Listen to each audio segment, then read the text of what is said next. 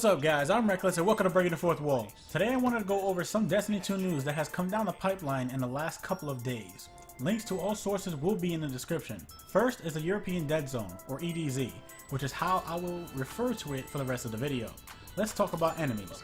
Cabal aren't the only enemies that we will be fighting. We also have the Fallen as well as the Taken.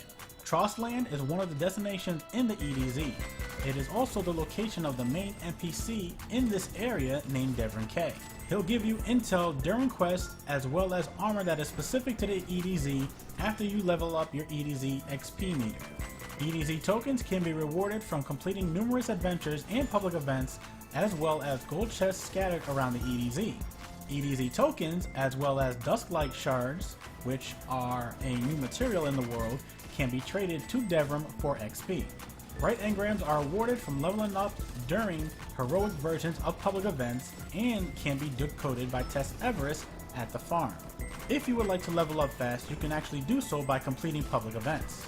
During a public event, by doing specific actions, you can trigger the heroic version of that public event. Once you trigger the heroic version, a new objective will be given. If you complete a heroic version of a public event, then you will be able to get twice as much loot. However, if you don't complete the heroic version or the regular version, you will still get loot, just not as much. You start adventures the same way that you start a patrol mission in Destiny 1. You walk up to a beacon, and then you press and hold the button to start the adventure.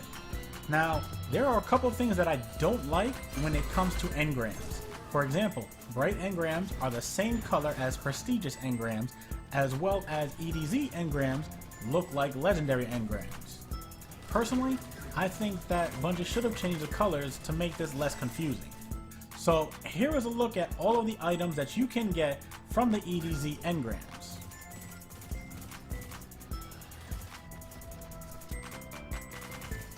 Next, let's talk about how to get exotic engrams.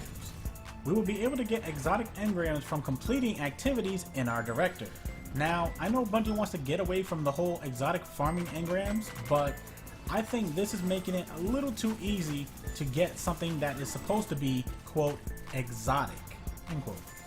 Next, Graviton Lance is a void exotic pulse rifle with high impact, great range, max stability, decent handling, and reload speed.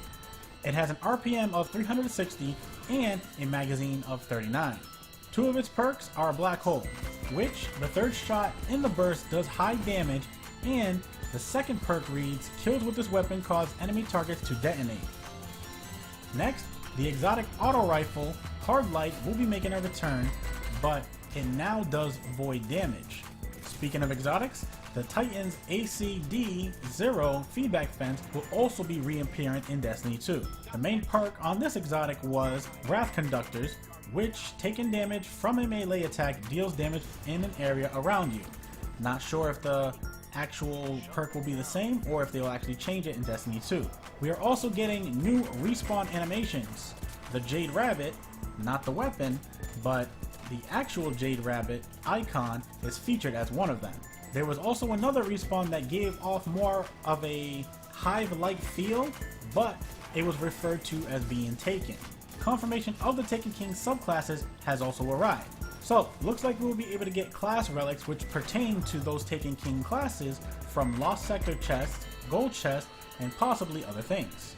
This means that the Stormcaller, Night Stalker, and the Sunbreaker will be making a return in Destiny 2 before an expansion.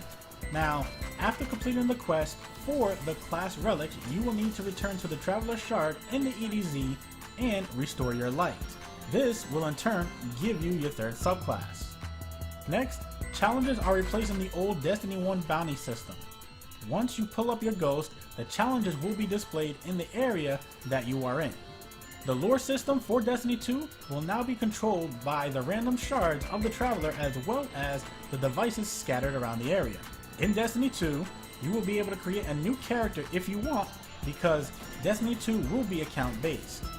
Alongside one of the new NPCs called Failsafe, we will also get another new NPC named Asher Mir, who Failsafe describes as being, quote, very rude, end quote. And we actually get a little bit more dialogue from Failsafe, and it seems like she actually has a good sense of humor when it comes to the Taken. So, she won't always be boring. and that's always a plus when it comes to the story.